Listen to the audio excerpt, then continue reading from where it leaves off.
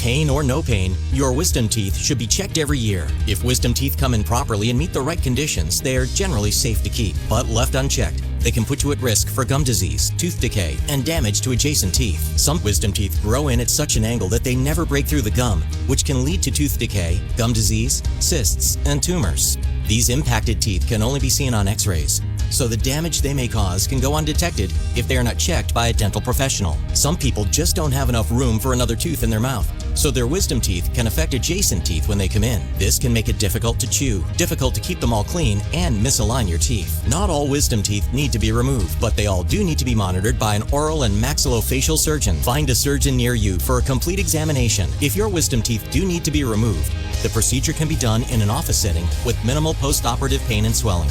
Remember, pain or no pain, your wisdom teeth should be checked every year. Find your local oral and maxillofacial surgeon at myoms.org. KGAB Orchard Valley, Cheyenne. K258DN Orchard Valley. Breaking news, weather, sports, and talk. A Town Square media station.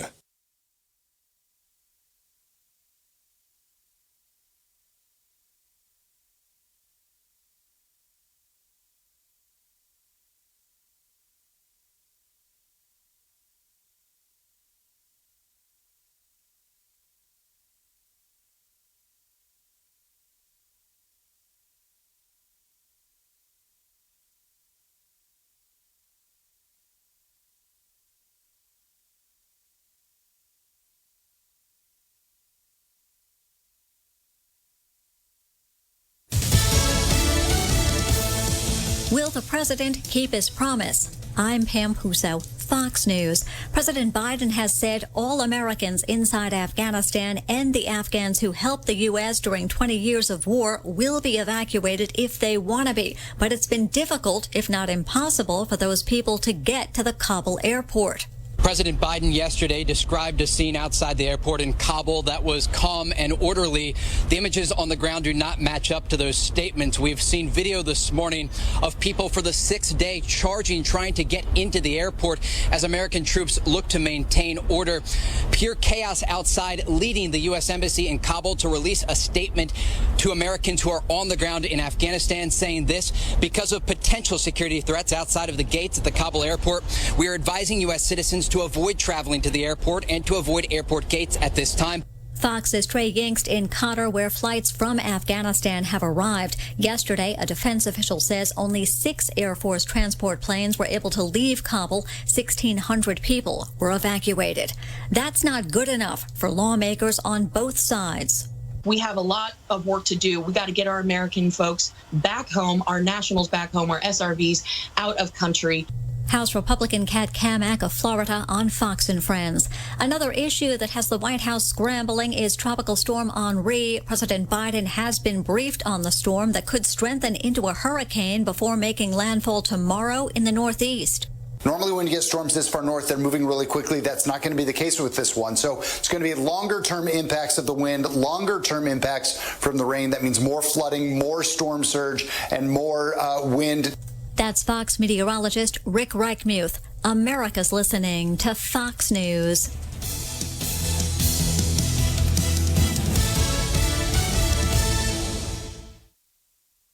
Get all of your favorite Fox News podcasts commercial-free on Apple Podcasts with Fox News Podcasts Plus. From Dana Perino, Kennedy, Ben Domenech, The Duffys, and many more. Subscribe now by going to foxnewspodcasts.com.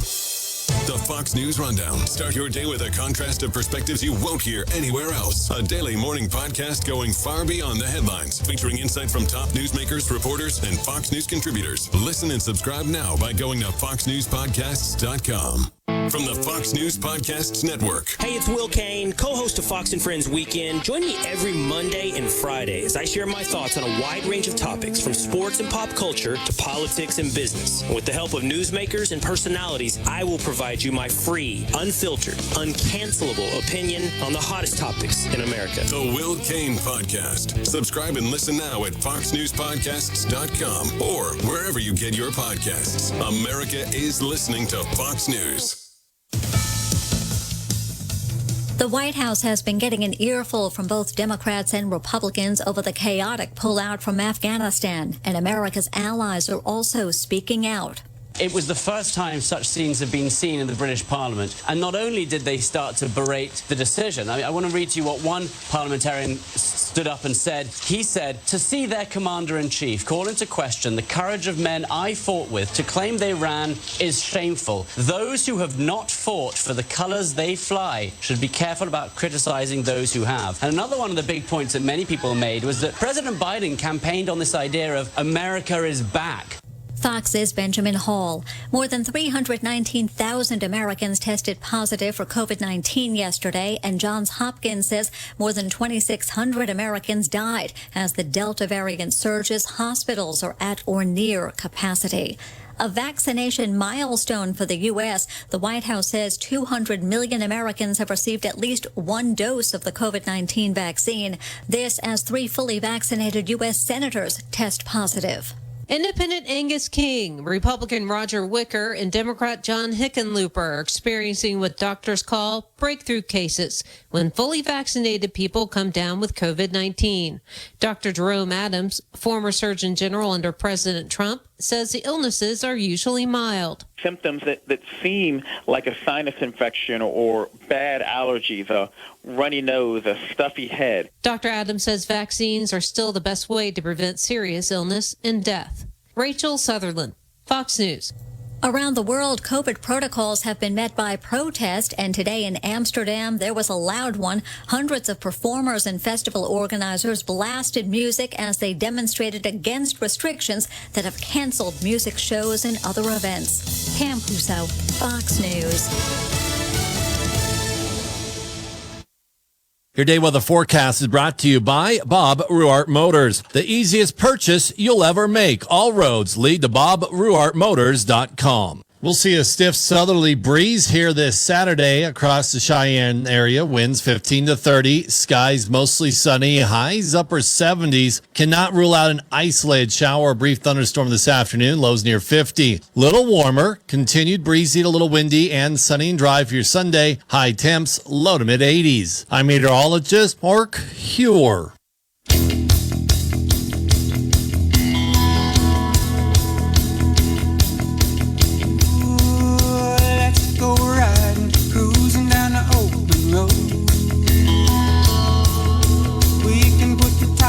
Listen to the radio. Big old Buick and a big old sky, and wheels on fire, and I tell you why. I got a hot rod car.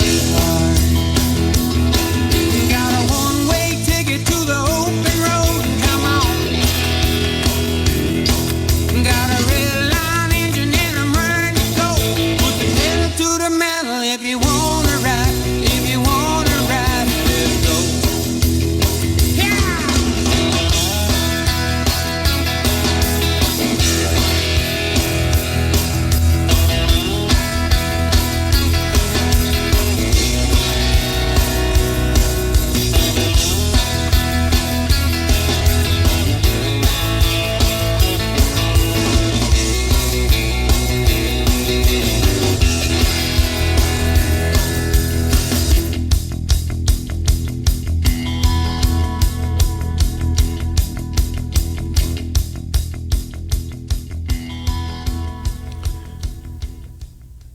Good morning, Nick the Motor Guy, back here on KGAB, AM 650 KGAB. A beautiful day, bright sunshine, some great things going on around Cheyenne. A good evening last night down Fridays on the Plaza. I think it's got the 1 or 2 weeks left. It really is such a great thing for downtown Cheyenne. Been going on for many years and really was the springboard for so many things that have happened culturally, certainly music-wise, here in Cheyenne. Do have the Arts Festival going on at Lions Park today, so lots of things going on, and hopefully the weather will support it, because it is feeling a little fallish. The wind's a little cooler in the morning. The sun doesn't seem quite as hot, and yes, we are in the last days of summer, which I find rather sad. It seemed to go by rather too quickly, but that may just be the fact I'm so busy, and I don't know. Some seem to get shorter. I don't think they are actually getting shorter. I mean, according to a lot of the world, they're permanent or maybe permanent at some point. But it definitely feels a little cooler around here. This morning I thought I would chat about something which I haven't touched on in quite a few years. I got an email from a gentleman by the name of Kevin regarding a transmission in one of my less favorite vehicles, which I have rudely known over the years as the Exploder, mainly because of its transmission issues. And I thought it would maybe go back through some of the history and where we may be going in the future. You know, when I started on this station long time ago now, 16, 17 years ago, when Joe Coomer first asked me to be on the Talk of Cheyenne to talk about cars with her for 20 minutes. I didn't have a clue what I was doing, which was obvious. I couldn't have even considered where honestly this show was going to go, or for that matter, where the industry was going to go. I had some ideas, and I remember talking about them. In those days, I remember getting calls from some of the listeners who still call today when we were talking about the expense of gas, and there were the Brown's gas theories where you could put supposedly this water system on which would electrolyze the water, produce hydrogen would then be introduced into the induction system of the engine, thereby decreasing the fuel consumption. And the kit that you could buy, and I'm sure somebody's probably still selling it, please don't buy it, but it was basically a glass jar with some electrodes and some fairly ugly bits of wiring which you connect to your car, and a tube which then supposedly carried the hydrogen to your induction part of your engine. And really that was the discussion, and fuel injection was still fairly new to people. At that point, it had been commonly used on cars for 10 to 15 years. We had got over the fact that points and things like that was still necessary in a car, with everything. Electronic ignition had kind of been accepted. Computers were starting to be accepted. The onboard diagnostic systems were, they were okay. They were a lot better than they had been 10 years earlier. But in 2005, 2006-ish, it was in a state of flux. We were starting to see the first hybrids from Toyota, the Prius, which I panned. I continue to dislike hybrids for all the reasons I covered back then. The major one being the expense and toxic waste dump of a battery, and what on earth are we going to do with recycling it? That issue, to me, when I try and read as much as I can about it, is still being greatly ignored. We now have Priuses on the road that are knocking 15, 20 years. They are failing. Those batteries do fail. They're very, very expensive to replace, and the recycling is something of a nightmare. We've got tons and tons of hybrids on the road. We've got electric cars. So lots and lots of things have changed. When you get into transmissions and why they exist, what they do, it's worth going back to the early days of automotive history, back into a long time ago, almost 150 years ago, back into the 1870s, 1880s. There was a gentleman back then that put out a patent for a front drive carriage with a transverse, in other words, across the frame, 3-cylinder engine, driving through a sliding gear, not what he called it at the time, gearbox, to the rear wheels. To the front wheels in this case. So it basically was predating the brilliant ideas that happened in the 1980s by companies like Suzuki and Daihatsu, who were the first three-cylinder front-wheel drive cars. Of course, we weren't calling carriages by then. One of the problems with the gasoline engine is it produces its twisting power, its torque. The torque is what gets you moving over a fairly narrow speed range within the engine. The problem with that is that you then, when the engine's working at its best, move the car, to get it up hills, to get it off the line, it's constantly needs to be adjusted, and the adjustment basically became the transmission. Now, you say, well, why don't other engines need that? So one of the things, and we'll get back to this with the electric motor, but things like steam engines and electric motors can be used in cars without transmissions, because their torque, their ability to get the car moving and keep that necessary power to the engine to get it to go up hills, can be used across a wide motion of the engine itself, and therefore steam engines don't need transmissions, and nor do electric motors.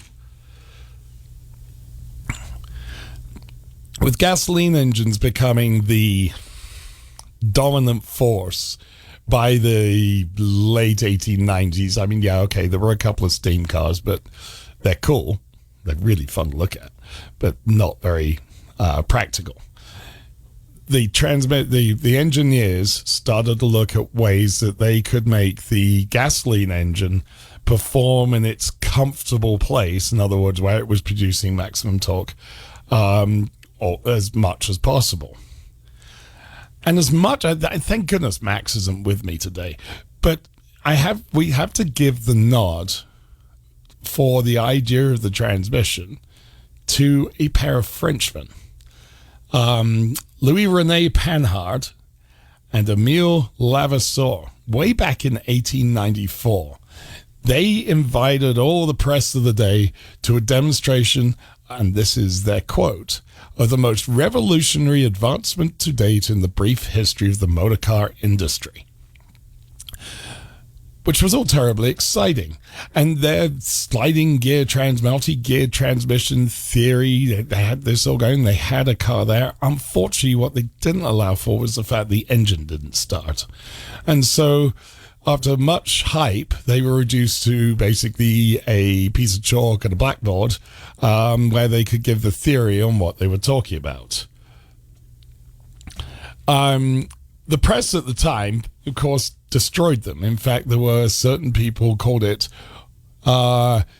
here's another quote, their invention is more hocus pocus from charlatans trying to cash in on the public's fascination with the new motor car. I wonder how he feels about that comment now.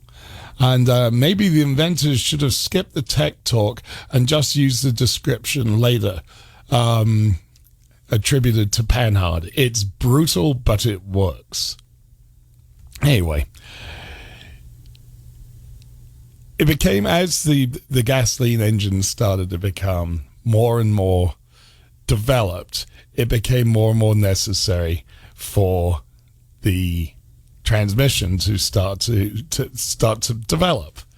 One of the ideas of the time was using a leather belt so basically the engine drove a couple of shafts which attached to a pulley, and then leather belts extended between the pulley and to different sized gear wheels on the axle. So, and in fact, my 1930 Morgan, being incredibly advanced at the time, uses a very similar idea of two chains. Basically, this is a bit like a bicycle. So attached to the axle on these vehicles, one wheel would have been a little one, got the car going by meshing together with a ring gear, which drove the driving wheels. And then you could move it with a lever to get that gear to then mesh across to the big wheel, which then allowed the engine to accelerate the vehicle rather than run out of power, all the way up to the incredible top speed of 20 miles an hour. Now, unfortunately, if the car encountered a hill, it would drop out of its power band, which is the problem with the gasoline engine. At that point, the driver would have to come to a dead stop so he could then move the lever again to engage the small wheel and start that all over again. This was obviously not terribly useful, although it was a way around it. This continued to be a problem, particularly in very hilly areas. Even in Britain, I remember my father telling me the very early cars, and occasionally when he was younger, you'd see them, to get up a really tall hill, because their lowest gear was reverse gear, they would actually reverse up the really tall hills. Anyway, after the disaster of 1895 came along, and the two Frenchmen, Mr. Panhard and Mr. Levasseur, brought along their transmission and basically became the standard, literally, transmission, or what we think of as the standard transmission today, the manual transmission, became vogue and became used in many, many different vehicles. It possessed an engine with a transmission behind it, with a clutch which allowed disconnection of the power so that three sliding gears could be selected. And then again, we hadn't got quite to the drive shaft at that point. We were still driving through a chain. However, we now had 3 gears. And later on, not much later on, but the great industrial, also a Frenchman, Mr. Louis Renault, connected that to a live rear axle, meaning it was sprung, but it was moving up and down, so you actually had proper suspension by means of a metal shaft. And the modern day idea of the car, front engine, rear drive, transmission to some kind of axle, was born. The live rear axle had actually also been, and there's arguments depending on which book you read as to whether this was Renault or whether this was actually an American by the name of Durer. Durer was actually, became best known for the fact that he produced the differential. And this was, again, another development of the transmission system, which we take for granted in our cars today. Differential is terribly important if you want good feel to the road and handling. So what does a differential do? And many of you may know, but if you don't, and you've often heard the word differential, rear axle, blah, blah, blah, blah, blah. You may have heard things called lockers, and we can get into those later if we have time. But the differential allows the car to, or truck or whatever, to go around a corner without jerking. So you can imagine, if you have a car with a solid rear axle with both rear wheels turning at the same speed and you're trying to go around a corner, that starts to give something of a problem, because the inside rear wheel has to move less than the outside rear wheel. And that's why you will sometimes feel in certain vehicles in four-wheel drive, if the four-wheel drive is what we call locked up, which is so that the differential doesn't work, and that's sometimes useful. You feel the vehicle skip. And that's basically the wind up of the inside rear wheel against the outside rear wheel arguing with each other. To overcome that, Mr. Durer came up with the idea of using differential gears, which allowed the movement of one wheel to be less than the other wheel. And we can get into into how that's done, but I think for now we'll just leave it at that. But the differential, again, referred to the ability of the unit to turn the outer driver wheel faster than the inner driving wheel, and that eliminated that scuffing. This was all moving pretty quickly. If you think the engine had only been around at this point for about 15 years, we now had transmissions. We now had differentials. One of the things with the transmission, though, is trying to shift it became quite hard because you were trying to move gears. One gear was spinning and the other gear was spinning, and you were trying to shift and they would clash. It became something which you had to be technically, driving-wise, fairly aware of. Well, as cars became more popular and people wanted to drive, there was obviously improvements could be made.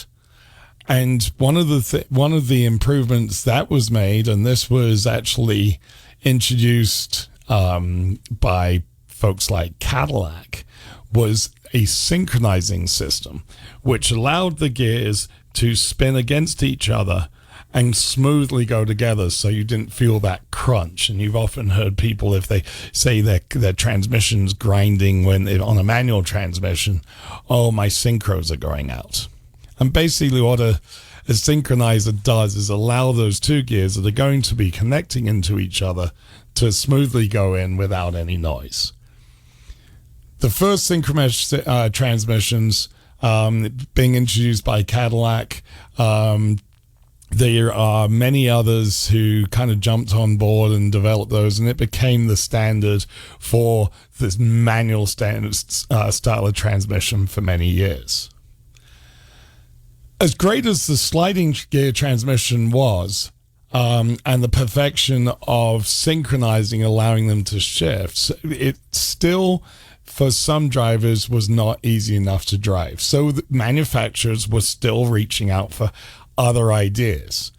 And Henry Ford was the one who came forward, of course, with the Model T, with an idea to avoid that. And that was called the planetary transmission. And that is what was in the Model Ts. Cheap to manufacture, easier to drive. It had a central gear called the sun gear, surrounded by 3 gears in a housing called the planet gears. Planets go around the sun, right? Now today, and for many, many years, our automatic transmissions, planetary gears are widely used. Not seen anymore in the manual style transmission that Ford used it for. But again, it became an inexpensive way of trying to make a driver who may not have experience or may not have the skill necessary to drive an early vehicle. It made it more available. And of course, we all know what the Model T did. We're going to take a break. We'll come back and talk more about this. We're going to get into some kind of cool ideas. One of the ones being from the Brits, and the precursor to the automatic transmissions, which so many of us. Westland Road, Motor City, Cheyenne, and experience the holiday difference. The beginning of hassle-free driving.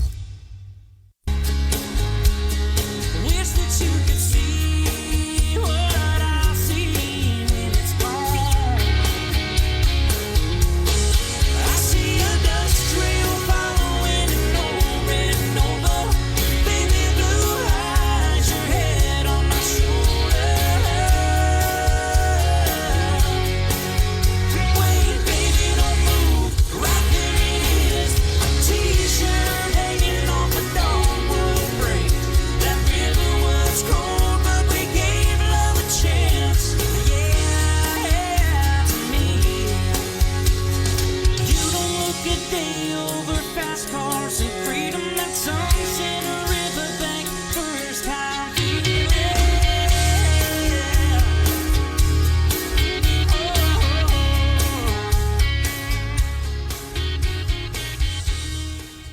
Nick the Motor Guy back here on KGAB talking about transmissions. Hopefully I'm not boring you all to death. I'm having rather fun with it. But if you'd like to join me, stop me, tangent me in another direction, feel free. You can go 632-6500, 632-3323, 1-888-503-6500.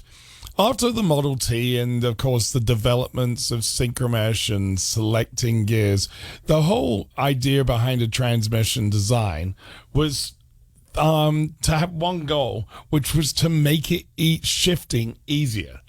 And one of the first kind of ideas beyond the idea of synchronizing came from a gentleman called Walter Wilson. And it was a very, very elaborate manual transmission. It was called the Wilson preselector, and it really was kind of the precursor to the automatics that came from the Americans later on. This came along in 1930, and I actually have one of these transmissions in my 1933 Daimler. The Wilson preselector was a case with 4 different planetary gears of different gearing, with leather-wrapped bands which could individually hold each of these gears in place. On the column, you had a lever which allowed you to select the gear. So you moved off. You then, without actually shifting gear, you moved the lever to say, so you've been in first, you move it to second.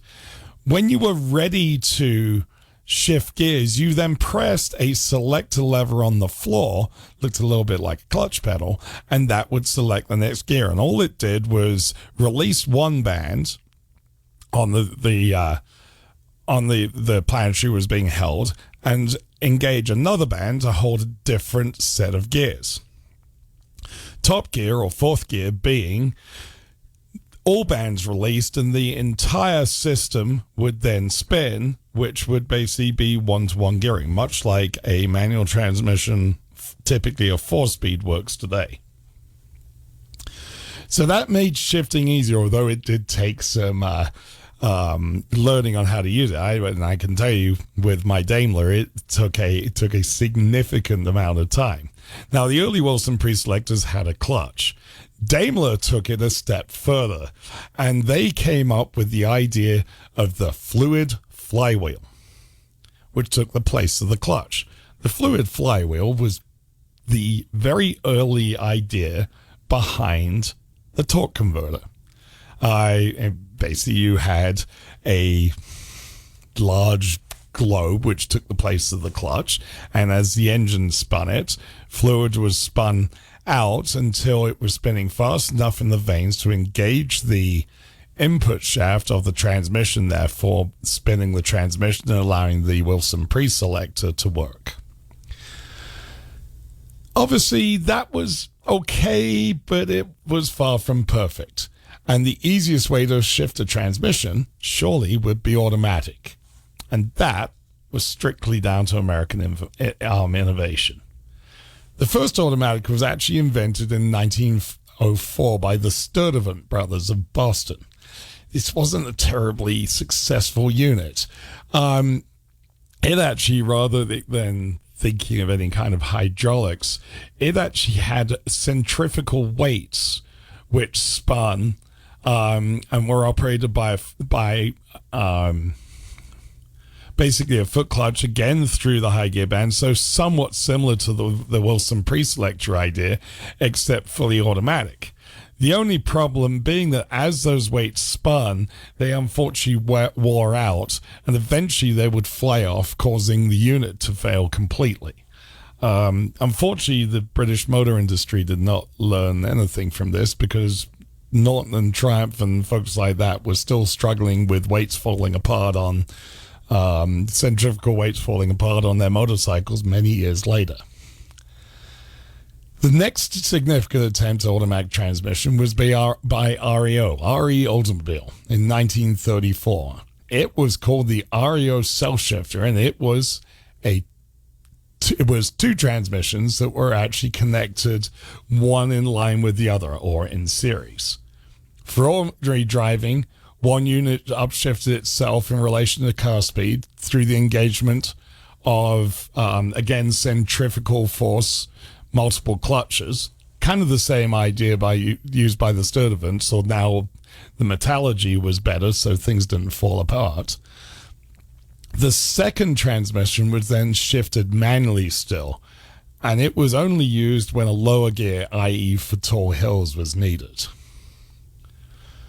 As REO went away, Oldsmobile became one of the major manufacturers, and Oldsmobile in 1937 were getting there.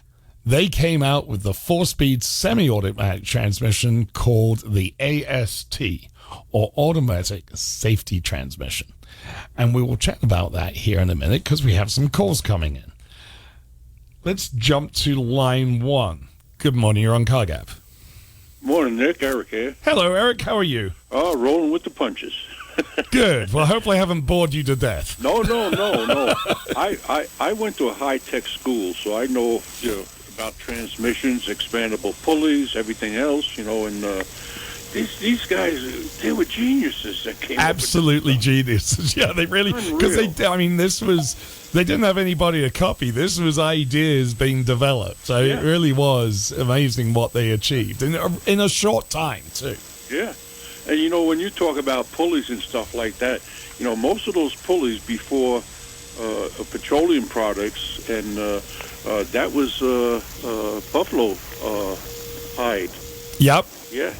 Absolutely. And I believe that was used in a lot of things like the fabric industry and looms and things. Oh, yeah. They had that main drive shaft on a ceiling, and it came down with the pulleys and to drive the textile machines and stuff, and yeah. And then, of course, your side that you were in for many years in printing. Yeah. Oh, yeah. I mean, gears and transmissions, for the size of the package, that even if you put it in a car, it's a fantastic piece of equipment. Absolutely. You can't say that, you think that the engines would be much, much bigger today, but what you got in an automobile today in the reciprocating engine is a marvelous invention for the size of the package. It is. It's absolutely incredible. Again, we talk about transmissions for textile machines and printers that took up massive buildings. Yeah. Again, what these folks like Levasseur and Panhard and RE Oldsmobile and Durer, they were miniaturizing things into cars, which were literally in whole buildings. And when we talk about the miniaturization of computers, going from whole buildings to something far more powerful that we now carry in our pocket. Yeah. It's a similar evolution. The one thing that I'm sort of fascinated by is the car. Its basic form really has not changed in 140 years, and that was if I get through this whole show today and don't run into next week. The interesting part, of course, is are we getting to the end of the car as we know it? In 10, 15 years, does that completely change? And we can talk about, I don't want to jump ahead to that, but yeah. Nick, the whole thing here, everybody's talking electric, but your car is going to run on coal anyway, because you got to plug it in. So, yes, unless we change how we generate our electricity, and that's that's another subject which could be addressed in another day. Yeah, and the thing is that for the size of the package that you got in an automobile today, and all the other luxuries and the comforts, all right? Oh yeah, absolutely. We and the incredible reliability in all conditions. Yeah, I mean it's fantastic. Now when you were talking positive traction, that was mainly done. I remember when we got into it as teenagers, it was mainly done for the drag strip. Yes, although as four-wheel drives became more in vogue, that also became something. Yeah. And for the folks who lived north of the snow line, that became a pretty important piece. Oh, yeah, yeah. Particularly for the traditional American car with a large V8 driving through a drive shaft to the rear wheels. I remember as a teenager, all right, if I couldn't get up a hill, all right, I would back up the hill because it's better to climb over the snow than try to push it over the snow. You know, so and people would say, "Well, that's kind of strange. You didn't change lanes, all right? You'd just be going up the hill in reverse, you know? Yeah. To climb over the snow, you know, rather than trying to push those front wheels over the snow in a regular situation. We learned how to get up that steep hill in an emergency. Yeah. You know?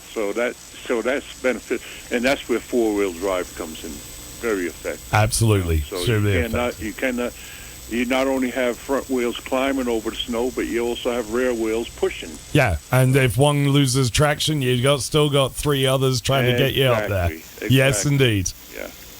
All right, Eric. All right, Nick. Yeah, I'm listening, and it's very educational, and hope a lot of other people are listening. Well, hopefully people are enjoying it. Because this is what you're explaining is a history of how we did things and how we're going to do things, and how we've done, and why we've. My goal is to try and why we've got to where we are today. Right. So yeah, absolutely. Well, I'm glad you're enjoying, Eric. Take care. Right. I'll be listening, Nick. Sounds great. Care. Have a good day. Bye-bye. Bye. And we got line 2 holding. I'm going to take a quick break, and we will be right back. AM 650 KGAB. Your day weather forecast is brought to you by Bob Ruart Motors. The easiest purchase you'll ever make. All roads lead to BobRuartMotors.com. We'll see a stiff southerly breeze here this Saturday across the Cheyenne area. Winds 15 to 30. Skies mostly sunny. Highs upper 70s. Cannot rule out an isolated shower or brief thunderstorm this afternoon. Lows near 50. Little warmer. Continued breezy to a little windy and sunny and dry for your Sunday. High temps low to mid 80s. I'm meteorologist Mark Huer. I'm a firefighter. A teacher. I'm a farmer. I'm a barber. A waitress. A mom. We're all part of your community. Every day we move in and out of each other's busy lives. It's easy to take for granted all the little moments that make up our everyday. Some are good, others not so much. But that's life. It's when you experience a moment of uncertainty, something or someone's behavior that doesn't seem quite right. These are the moments to take a pause. Because if something doesn't feel right, it's probably not. It's not about paranoia or being afraid. It's about standing up and protecting our communities. One detail at a time. Because a lot of little details can become a pattern. We trust our instincts. Just like you should. Because only you know what's not supposed to be in your everyday. So protect your everyday. If you see something suspicious, say something to local authorities. Music is a bridge between the material and the spiritual. My name is Harvey Lauer, and I'm 82. As a blind person, you have to be aware that nobody can tell you what you can or can't do. You really have to try things. My folks got me a little radio in 1940, and that was the best Christmas present I ever got. When I was 11 years old is when I started to play music, play the piano, and then the accordion, and then the cello. My wife, who was also blind, was a good cook. When she died, that's when I started Meals on Wheels. America, let's do lunch. It's Meals on Wheels. 1 in 6 seniors faces the threat of hunger, and millions more live in isolation. Drop off a hot meal and say a quick hello. Volunteer for Meals on Wheels by donating your lunch break at americaletsdolunch.org. This message brought to you by Meals on Wheels America and the Ad Council.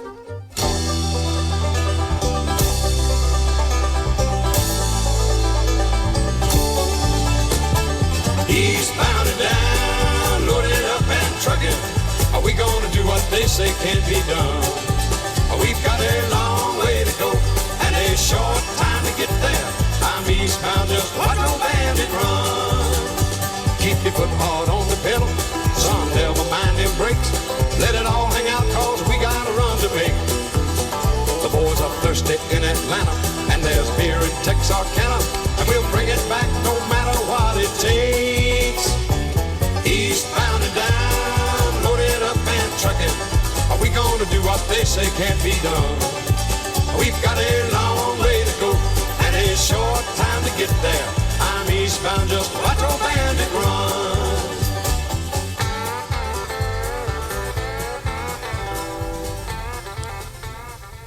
Nick the Motor Guy back here on KGAB. KGAB is Nick the Motor Guy back you are on the radio, on your phone, with our free mobile app. Don't know and where now that one Alexa, came listen from. The to computer's been behaving pretty well the last couple of weeks, but that suddenly jumped in there. So, well, we'll just, yep, there we go. It's gone.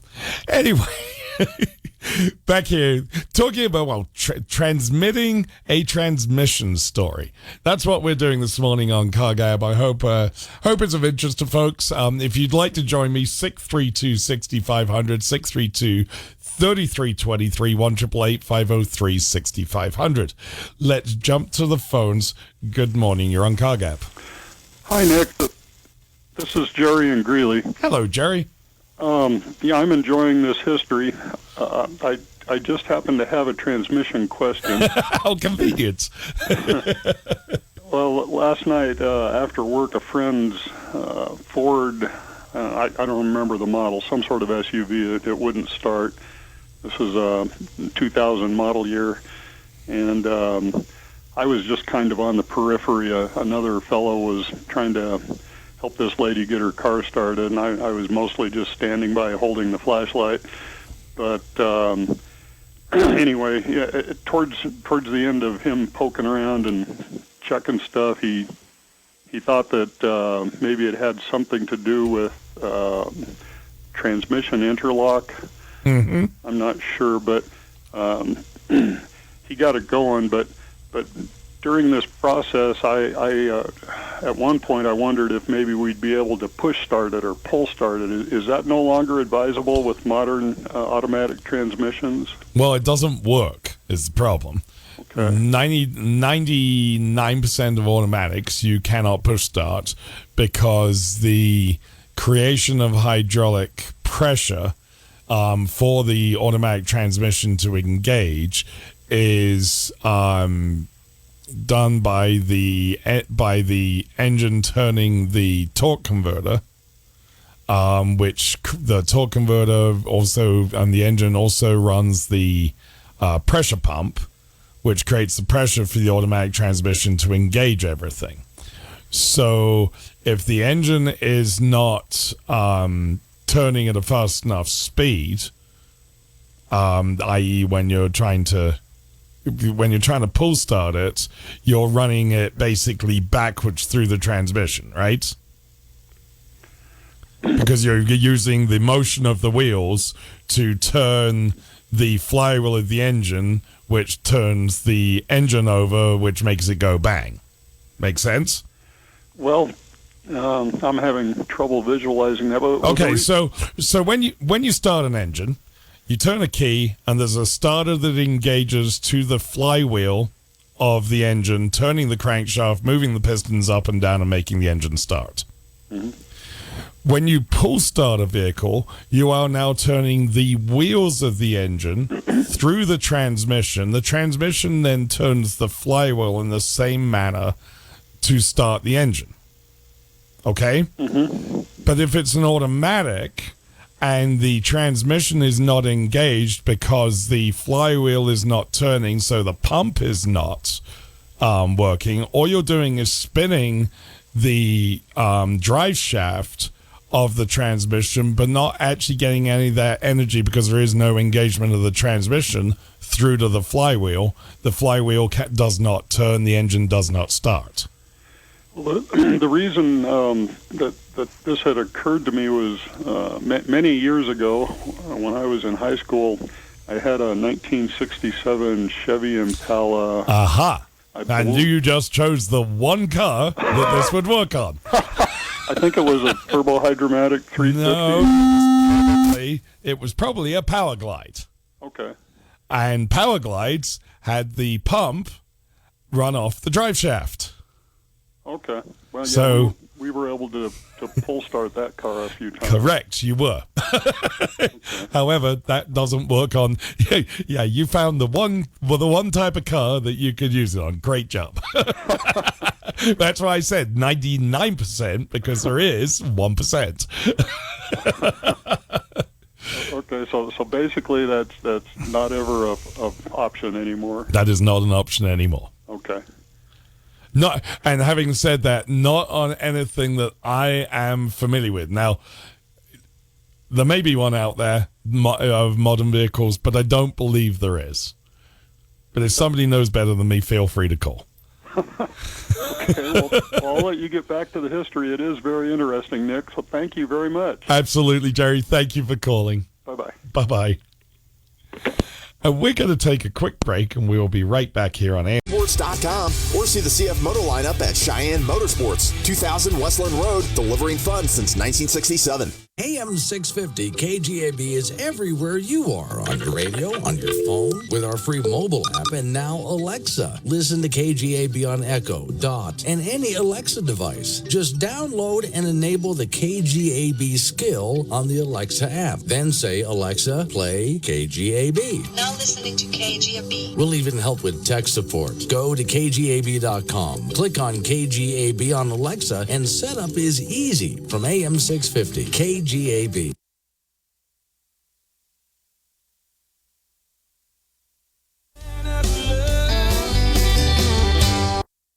Hi everybody, I'm Jack Hanna. Since I was a boy, I've been fascinated with animals, especially their tireless work ethic. This work ethic is shared by our best friends, canines who perform life-saving work every day. So please join me and American Humane in supporting our heroic working dogs. Go to AmericanHumane.org to learn more.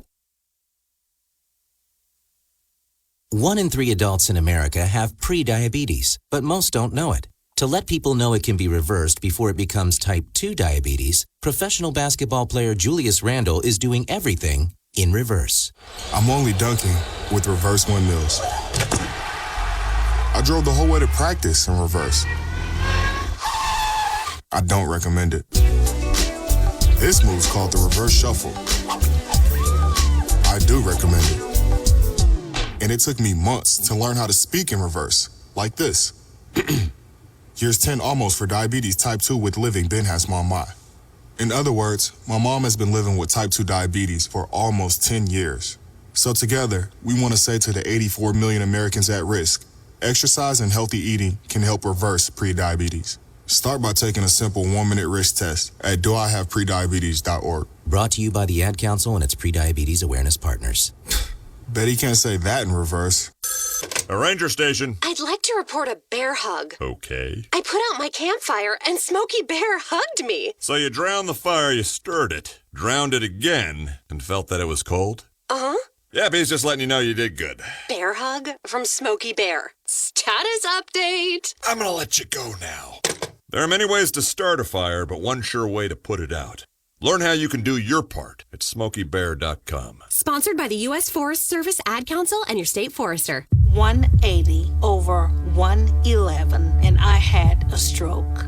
145 over 92, and then I had a heart attack. 150 over 90, and I had a stroke. This is what high blood pressure sounds like. You might not feel its symptoms, but the results from a heart attack or stroke are far from silent. Get back on your treatment plan or talk with your doctor to create a plan that works for you. Go to loweryourhbp.org. Everything's changed. Brought to you by the American Heart Association, American Medical Association, and the Ad Council. It's like just before dawn, jump in the car, buying ice cream, see how far we can drive before it melts. That's how your love makes me feel, and it's hard to road and swallow to the left. Fate skips a beat and it scares you to death, and you laugh until you cry. That's how your love makes me feel inside.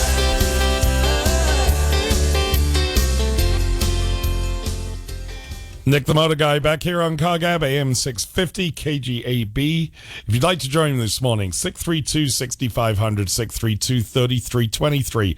For those listening out of the area, 1-888-503-6500. Let's jump to line 1. Good morning, you're on KGAB. Good morning, Nick. Good morning. Joe, for me. Hello, Joe.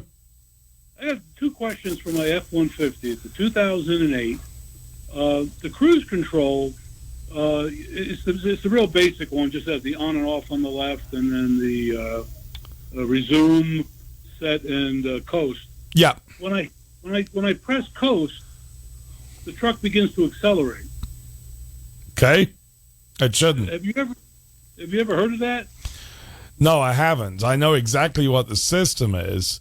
So you've got the resume is typically there's a basically the way it is. As you say, you've got an on and off switch. You've got a set, a resume, and a coast. It almost sounds like the coast button maybe actually, because the resume button often is an increase in speed as well. There's a plus sign on it.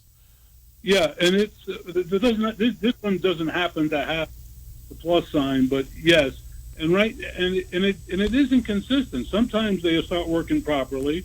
Yeah. I'm trying to think. Is so it's that switch is probably coming apart, and you're not getting the correct connection within that switch. And I have seen that in other ways on those Ford switches. Yeah, and I'm looking at it, and I can't even begin to imagine how to get into that switch.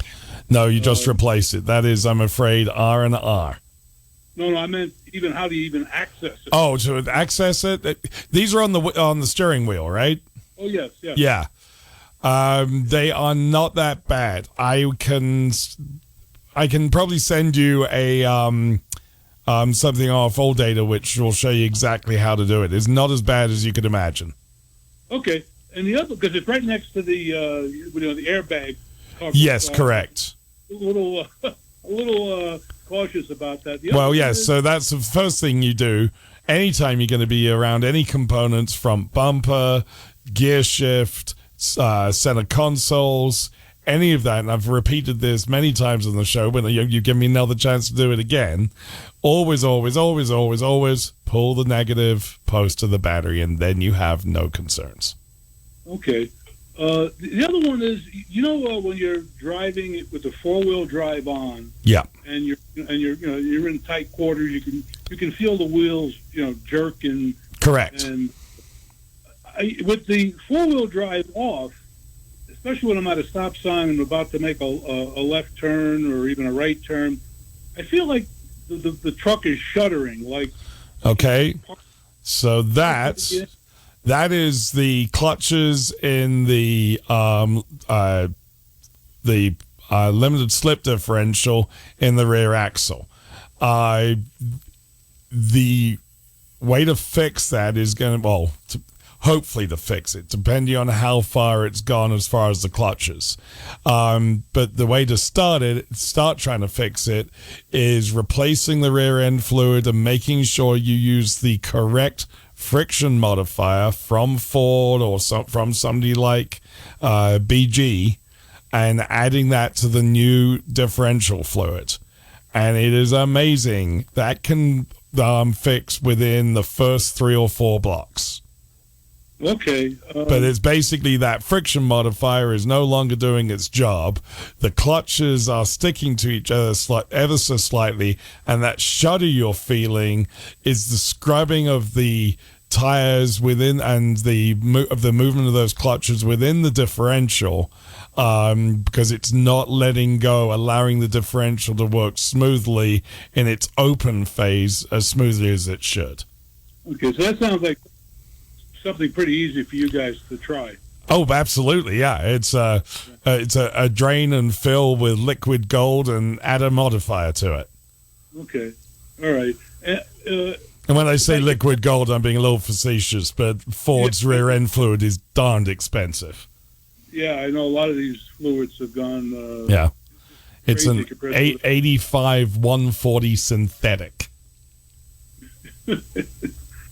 Okay. Well, I think that's it for now. I'm just curious if I'm imagining it or what. No, you're not imagining it. It's a very common thing. In fact, not that long ago, when my father still had his Jeep, Had this conversation several times. In fact, one of the shop he's always used for many, many years, there's a great little shop in Doddington, a little village up the road from them.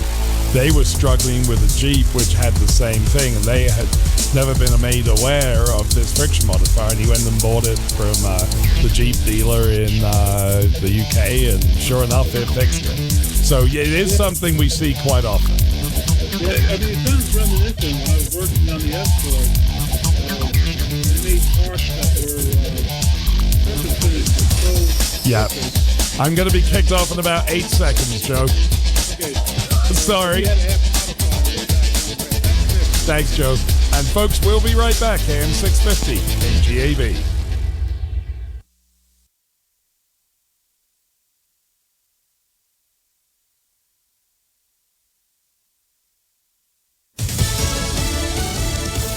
The White House is up against 2 swirling storms. I'm Pam Huso, Fox News. The security situation in Afghanistan and Hurricane Henri, which is taking aim at the northeast. First to Afghanistan, where the Pentagon says the airport in Kabul is secure despite the ongoing chaos outside the gates, and an alert from the U.S. Embassy in Kabul to Americans on the ground, telling them not to report to the airport.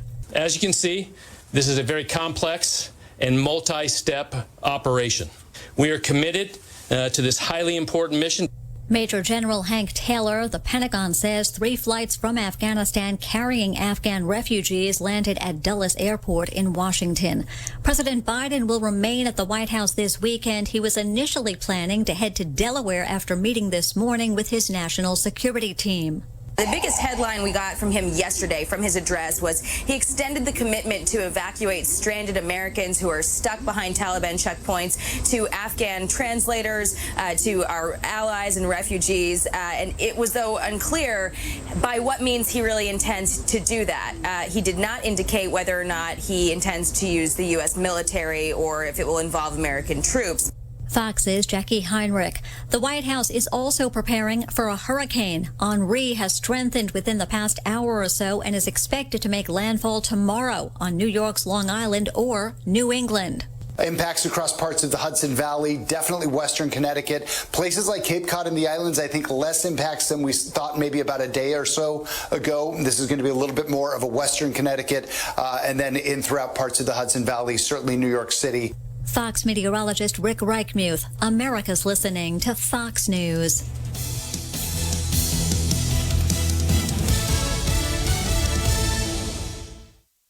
From the Fox News Podcasts Network. Hey, this is Trey Gowdy, host of the Trey Gowdy Podcast. Every Tuesday, you'll hear what's on my mind. Plus, every Thursday, there's a special bonus episode where we answer the questions that are on your mind. Make sure to spend your Tuesdays and Thursdays with Trey. Subscribe now at foxnewspodcast.com or wherever you download podcasts. Hope to see you. America's listening to Fox News. From the Fox News Podcasts Network, it's the Fox News Rundown. Start your day with a contrast of perspectives you won't hear anywhere else. A daily morning podcast going far beyond the headlines, tapping into the massive reporting resources of Fox News to provide a full picture of the news of the day. I'm Dana Perino. I'm Brett Baer. I'm Jessica Tarlov. I'm Chris Wallace, and this is the Fox News Rundown. Listen and subscribe now by going to foxnewspodcasts.com. The Supreme Court will weigh in on the crush of migrants at our southern border. A federal court had ordered the Biden administration to reinstate the Remain in Mexico policy used at the border under the Trump administration. The Justice Department went to the Supreme Court with an emergency request to get that overturned, and now the Supreme Court has put the lower court ruling on hold, but only until late Tuesday night.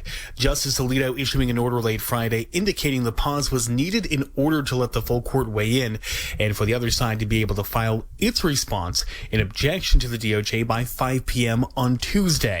In Washington, Sean Langell, Fox News.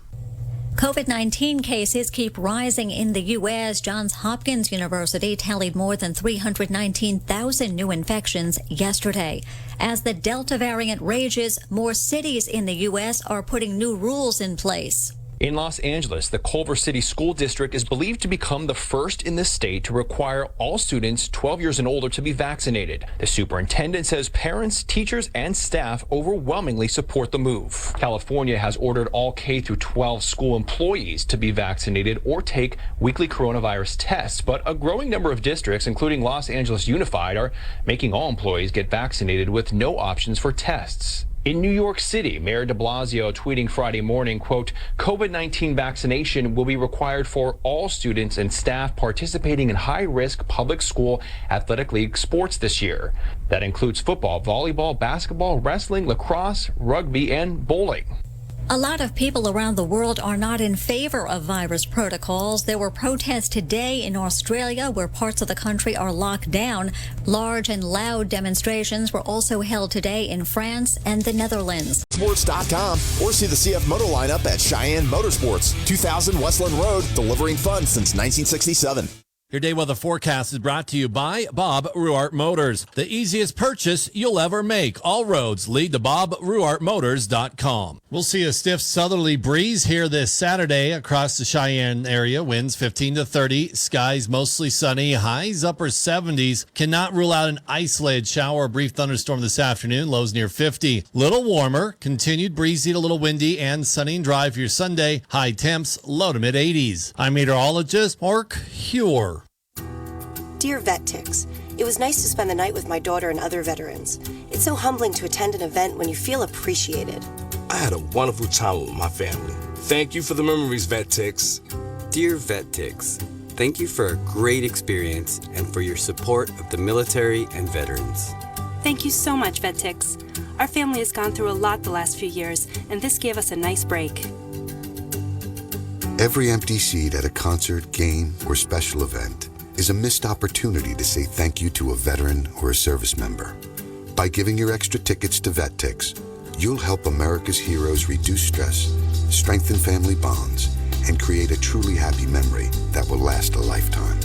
So when you really want to say thank you for your service, give the experience, give the memory. VetTix. Give something to those who gave. For more information on how you can make a difference, go to vettix.org.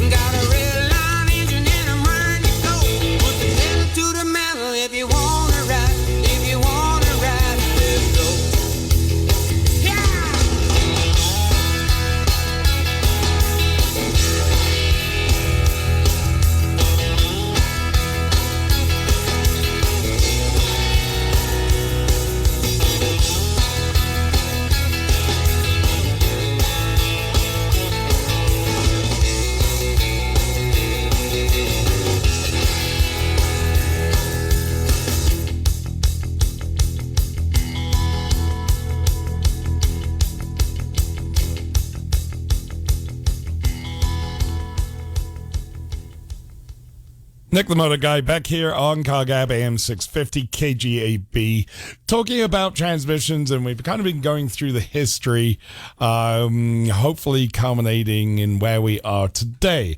So right now we are in 1937 when Oldsmobile came out with the automatic safety transmission, or AST. As I had said earlier, the whole goal over the first 40 years of the transmission was to try and make the vehicle easier to drive. And the automatic, obviously with less input from the driver, automatic was going to make it easier to drive. And that was really pushed by the United States and the manufacturers here. So the next stage, as I said, is the Oldsmobile AST. With the Oldsmobile AST, the driver depressed the clutch pedal and shifted the transmission either into reverse or into one of two forward ranges, low and high. Once it was in low, the transmission shifted automatically from first to second. When it was in high, it shifted from third to fourth. Changes within each range were automatic by way of oil pressure and two hydraulically operated planetary gears. So very similar to the idea behind the Wilson preselector, except it was through hydraulic pressure. The shift points were preset according to the vehicle's speed. And this automatic safety transmission, or AST transmission, which cost $80 back in 1937, was installed on about 28,000 1938 Oldsmobiles. The reason they called it the safety, or the idea behind the safety, referred to the claim that the driver, because they were not so focused on shifting, was able to focus better on the road. The significance of the AST, it really was the forerunner and the development idea between a transmission which the name of is still with us today, the GM Hydromatic.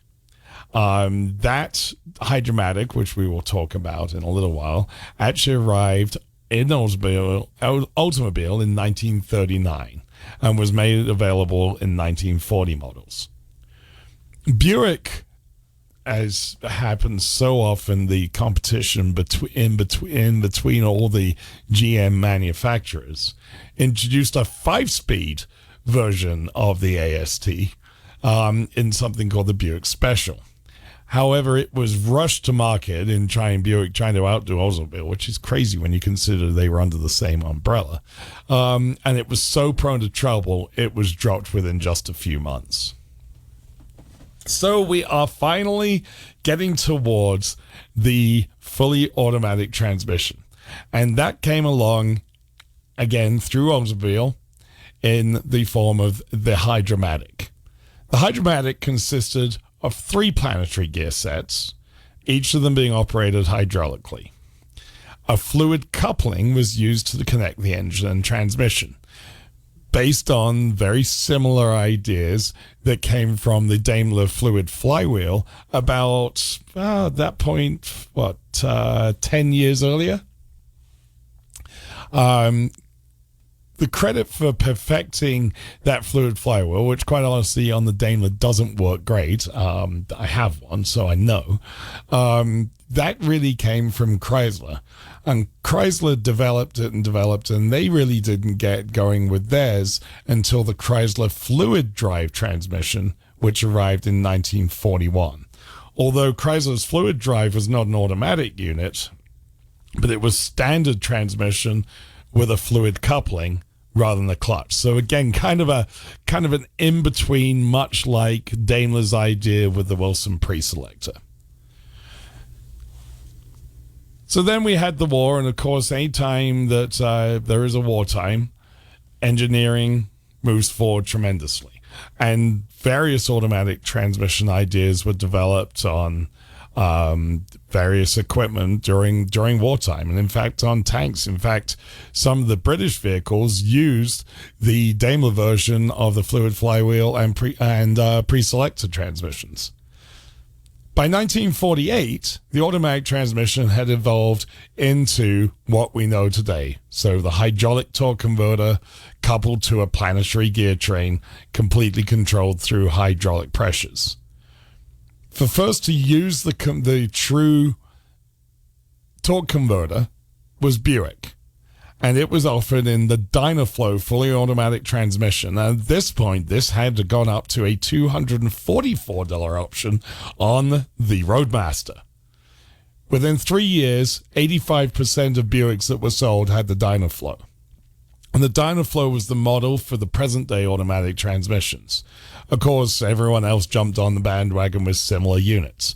You had the Chevrolet Powerglide, used in many, many vehicles in a couple of different versions, one with a cast iron case, which is the most miserable thing to stop from leaking, and later on an aluminum case, which was where it really came into vogue.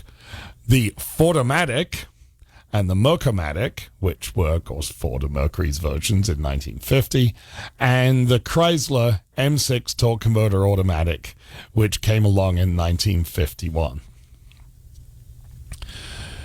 That continued to kind of dominate the automotive industry. The sort of standard 2-speed then became the 3-speed automatic with the Turbo-Hydromatic 350s, the Turbo-Hydromatic 400s for higher powered vehicles in the GM product. When GM came out with the idea of having front-wheel drive cars, they kind of cut their 350s and 400s in the middle, kind of twisted them around so they became front-wheel drive cars in the 325 and 425. All incredibly tough transmissions. In the 325 and 425, some of the heaviest units I have ever been around. From Chrysler, the Torque Flight 904 and A727. In my opinion, probably the toughest transmissions ever made. Back in the days when I did this for a living, which is now over 20 years ago, I saw Torque Flights coming in, A727s in trucks that were bleeding out of every hole they could be, yet they were still able to drive down the road. And when we took them apart, we couldn't believe that these things were still moving. The 727, again, my opinion, is the strongest transmission to ever come out of any manufacturer whatsoever. They're just incredibly well built. Ford also had their versions. Of course, they went from the Ford-O-Matic to the Cruiser-Matic. Later on, the C4, which was typically used in Mustangs with smaller engines. The C6, which was used in Mustangs with big engines and all the trucks, and it survived all the way back up into the late 80s, early 90s, as did the A727 and the Chryslers, through into the overdrive era, which we will get to here in a little bit. One of the interesting parts that, again, comes up when you start talking about transmissions, and of course once you've got a transmission, you then got to have drive shafts, and to have drive shafts you have to have movement allowing of the drive shaft to allow suspension movement, otherwise it would jam into itself. And those were done through universal joints, which we hadn't really mentioned. Universal joints were first introduced way back in 1902 by somebody called Peerless. Later on, and they were a very simple design with no bearings or anything like that. The Franklin in 1908 started to use roller bearings, and then a brand which comes up so often when it's a brand that's no longer with us and hasn't been for many years, but when automotive inventions of the 20s and 30s come up, this name often stands at the front. The 1930 Hupmobile pioneered needle-bearing U-joints, and those are still used on every drive shaft today on the U-joints. So there you have it. The Hupmobile was the be-all and end-all in 1930, and so often again, these older companies that had great ideas. By the 1970s, we were still using basically the same transmissions. Just about everything was a 3-speed automatic, be it, and of course, mostly dominated by American manufacturers. Borg Warner in Britain, Mercedes with their own designs, and ZF or ZF, as I grew up knowing it, a huge German transmission company. Also with their own designs, and those again 3 speeds although Mercedes was the early development of the 4-speed, because they were one of the first to really start to realize significance of fuel economy. By the 1970s, we'd had the fuel crisis in the mid-70s, and there was realization that one of the problems with the automatic transmission driven by a torque converter is that anytime you have a fluid driving the car, i.e. through the torque converter, remembering that a torque converter is a fluid flywheel, as Daimler called it, there is going to be a certain amount of slippage, and therefore it is less efficient than it could be.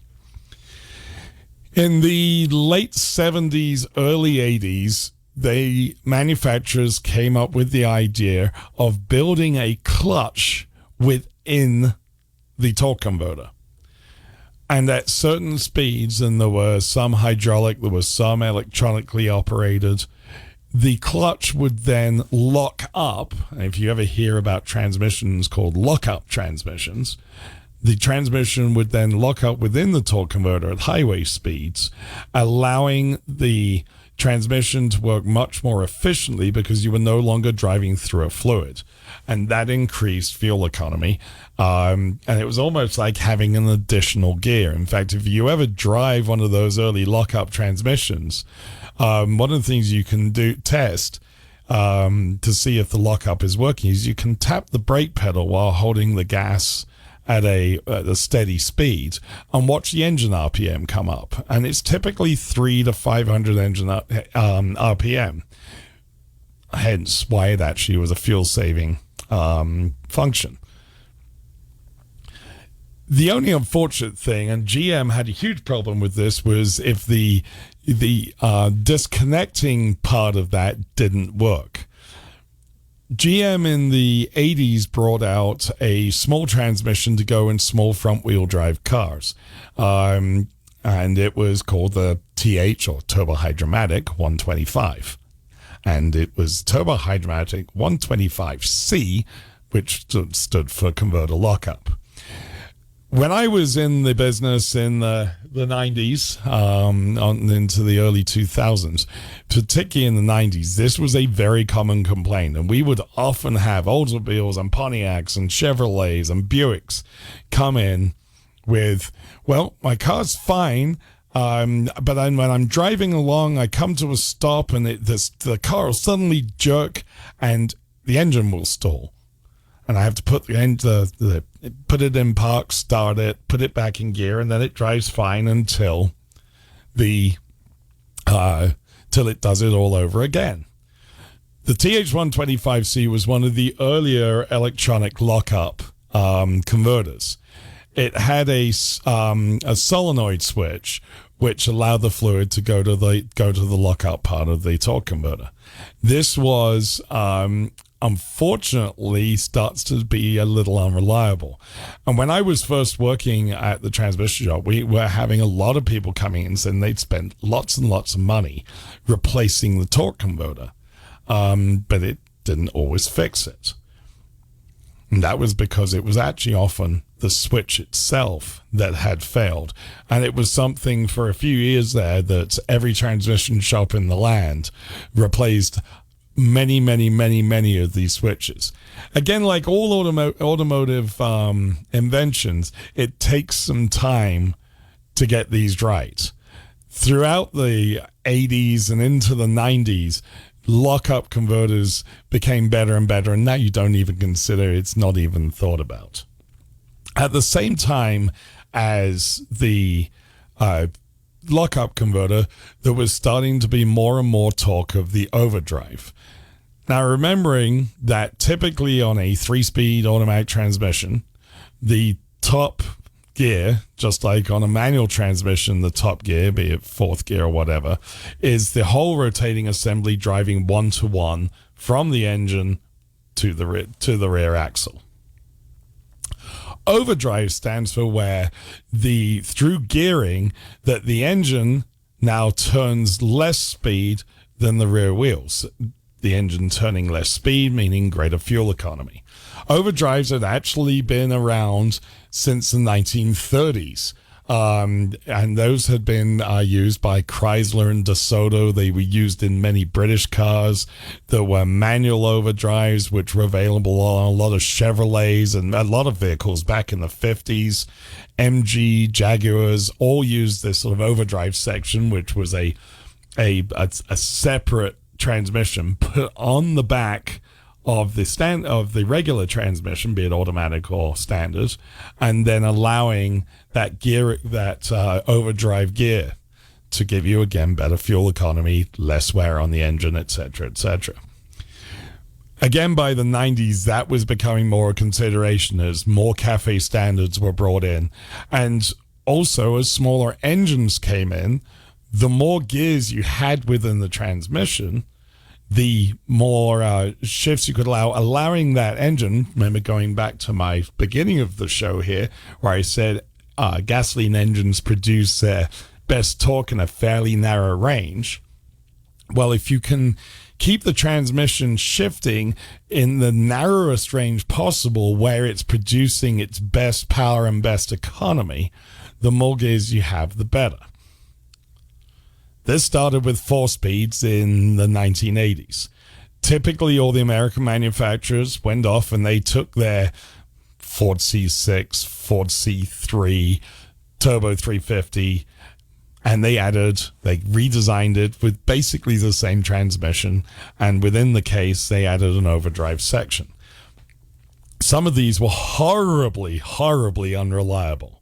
The C3, which became the A4LD in the Fords, and it was used in Bronco 2s and Mustangs and all kinds of other small Ford vehicles in the mid-80s through to the mid-90s, was an awful transmission. I will admit, I made lots of money rebuilding those through the 90s.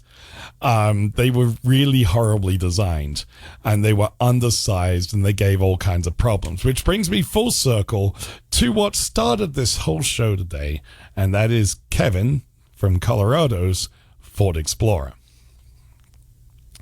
The Explorer transmission then developed as a 4-speed. We went away from hydraulic controls because these were one of the problems with overdrives, to electronic controls. And by the mid-90s, we had computers controlling our transmissions. Every manufacturer did this.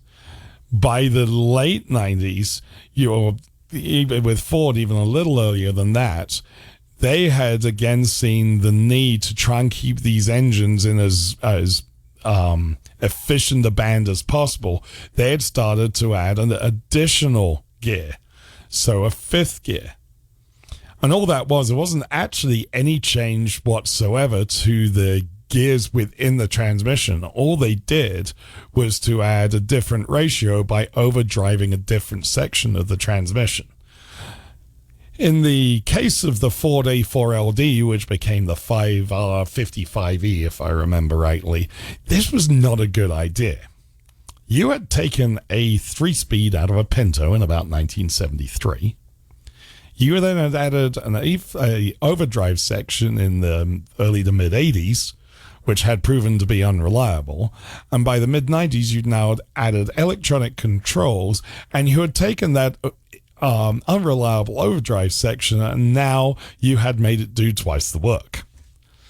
Yeah, sorry, this is where Ford, for me, in the 1980s and 90s, completely, totally lost their way.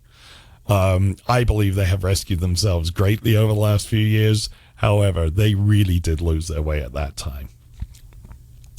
We'll get into this GM and Chrysler, and Chrysler's kind of cool way of getting around it, and also into some of the front-wheel drive transmissions here when we get back, and we'll talk more about more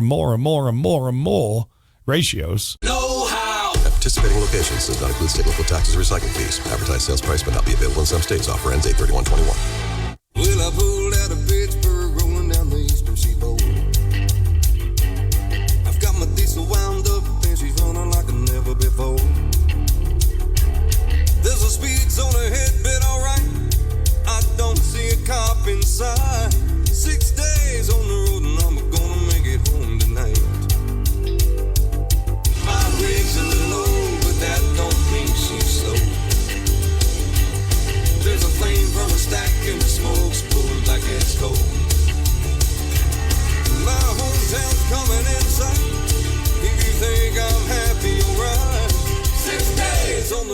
I'm gonna make it home tonight.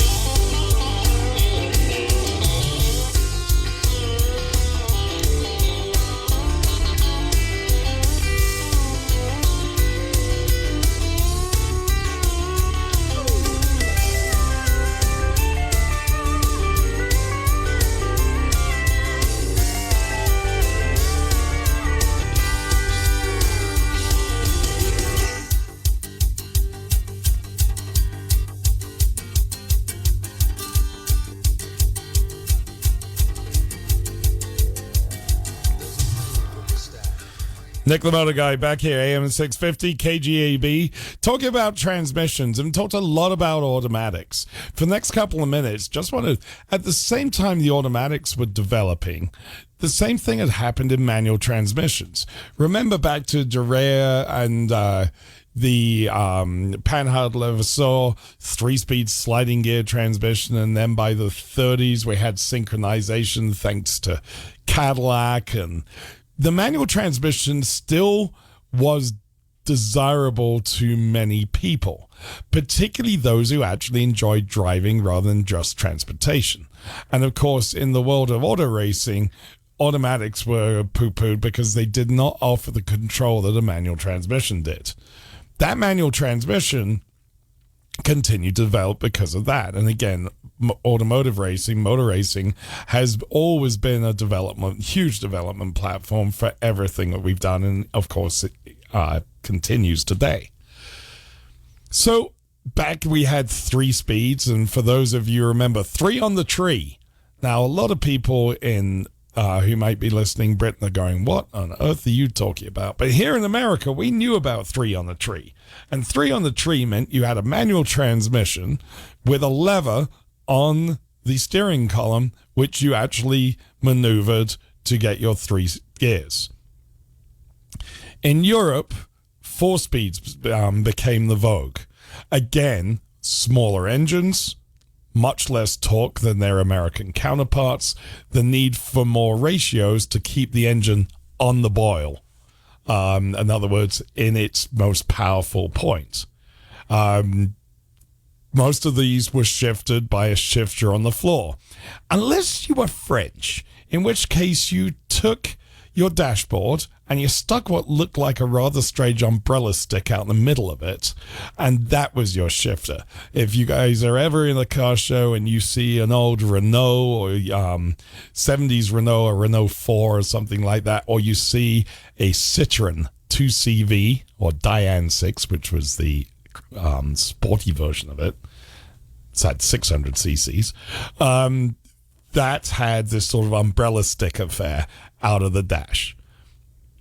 As manual transmissions continued to be developed, 4 speeds on the floor became the kind of standard thing, both here in the States for those that came with standard transmissions, and over in Europe, that was basically the standard thing. Along come the Japanese, Honda, Toyota, Nissan, or Datsun, as it was at the time. Again, with smaller engines, which they were getting immense power out of for the time. But by getting immense power out of them, they were narrowing the power band, the rev band, the torque area, if you want, of where the engine produced its best power. So as a answer to that, the Japanese came with 5-speed transmissions. And although 5-speed transmissions were there for a reason, a lot of the manufacturers, and again, I'm talking about the rest of the world, not so much the United States, although the small cars of the 80s here as well, it became almost a necessity. If you produced a new car, you couldn't have a 4-speed transmission. You had to have a 5-speed because, well, it was a bigger number and therefore it had to be better. I think that's how a lot of the public thought about it. Although for the manufacturers, it was a necessity for the engine to be kept again in its sweet spot, and yet when driving on the highways and just general cruising, you could get that overdrive or 5th gear, and in some cases later on 6th gear, to give you the the relaxed RPM, still in the point where the engine could pull the car along at speed and get your best fuel economy. So that was the development of the similar ideas. You had start with 3, 4, 5, 6 speeds. There are even 7-speed standard transmissions. Not many for vehicles that you can find with a standard now. 6-speed does tend to be the standard, as it were. Automatics, of course, well, we've really gone crazy. And again, this is all in the name of emissions and economy. And this is where our automatics are going. Sorry, folks, but the way automatics are built today is to control how you drive. Some of us won't like to hear that, but it is facts. One of the big pushers of the next generation of automatics a few years ago was the CVT, or constant variable transmission. For me, probably the most disgusting design in transmissions ever. I hate driving CVTs, but for a lot of people who just turn the key and need transportation, it works very well. CVTs do away with any planetary gears, and basically it's 2 cones with a steel belt running between them. It is not a new idea. The DAF company, which later became part of Volvo, actually had this design. It was kind of rudely known as the rubber band transmission when I was growing up. This came out more and more and more in the early 2000s. Nissan turned almost completely over to this style of transmission, sometimes with success, sometimes not so much. Subaru now uses that Nissan transmission. It is starting to become more reliable, thank goodness. But anyone who's driven a CVT, they're pretty awful drive. But what they do, a constant variable transmission has the perfect answer to keeping that engine in its perfect RPM point, because basically the engine RPM jumps up to where the engineers decided it should and pretty much stays in that power band the entire time, so you never feel any shifts. It also feels really rather boring, but it does have the function of getting the engine into that power band where it gives the best emissions, best economy, and the engine running at its perfect point as far as the engineer is concerned. Now, for those of us who love engines that make noise and higher RPM and all those things, well, it's a disgusting invention. But for what the engineers were being forced to do by the bean counters and cafe standards and all of those, it was a very necessary thing. In the answer to the fact that the manufacturers, one, were struggling on higher powered engines to make that reliable, they then developed ever-evolving numbers of ratios in the standard planetary gear transmission, or versions thereof, sometimes without planets but with multiple clutch packs. Chrysler was an example of that. So now we are where we were 4 speeds back in the 90s, 5 speeds by the late 90s, 6 speeds, 8 speeds, and then, horror of horrors, GM's turbo-hydromatic side of their company and Ford decided to do an alliance, and together they built the 10-speed automatic, which you will see in all the SUVs and trucks and all those things that are built by GM today and Ford. So when you drive your Ford, you're driving a GM transmission. And when you're driving a GM, by the way, you're driving a Ford transmission. Yeah, got that? Good. If you'd like to join me, 632-6500, 632-3323, 1-888-503-6500. We're going to jump to the phones. Good morning, you're on KGAB. Oh, greetings from your friendly neighborhood domestic terrorist. Hello, sir. Yeah, well, I am enjoying all the history that you have quite the command of, and I'm actually glad you're doing that, because had you not mentioned the names that you mentioned, these people would never be heard of. You know, somebody invents something that makes a huge difference, and their name just kind of, dwindles off into obscurity. Absolutely. And there are other names out there which I jumped across because, well, I was trying to get too complicated, but one that I didn't know about till I started doing the research on this was, have you ever heard of Otto Zachow and William Bessedich of Clintonville, Wisconsin? No, I have not. Well, they built the first successful four-wheel drive unit in 1906. Wow. No, this has been really fun to do the research on. I mean, there's a lot that I did know because I find it fascinating, but there were names I came across, such as Mr. Zachow and Mr. Bessedich, that I had no idea existed, let alone that the four-wheel drive unit came out of Clintonville, Wisconsin. I now want to go to Clintonville, Wisconsin to just see what it looks like. Well, it's not too far from us, I don't suppose. No, probably not. Speaking of history, Howie Speidel is kind of sort of waiting with bated breath for your call. Yes, I'm gonna get to that. Sorry, it's been it just busy at the moment, and of course I'm struggling like everybody else in any kind of business with lack of help. I get that. It may be kind of spotty towards the end of September because they're having a convention in Cincinnati, Ohio. Okay. Well, sounds good. I will get it done, Skits, okay? Flush twice. All right. Thanks, sir. And try to fit in calls and finish up a bit of this story as well. Let's jump to line one. Good morning. You're on KGAB. Hey, you're a little shifty this morning. Yes, a little shifty indeed. How are you, Doug? I'm doing pretty good. I'm on the edge of my seat, ready to hear the end of the story, though, but I had to call you before your time is up. So yeah, I understand. just a reminder, we're still cruising tonight. Absolutely. Night is on. I'm not sure we're going to have any fundraiser, but it looks to me like we're still going to cruise, and it's going to be a pretty cool night. So yep. We are not going to have a fundraiser. The charity that was involved has decided with the COVID thing that they have too many people at risk, so they are not coming out.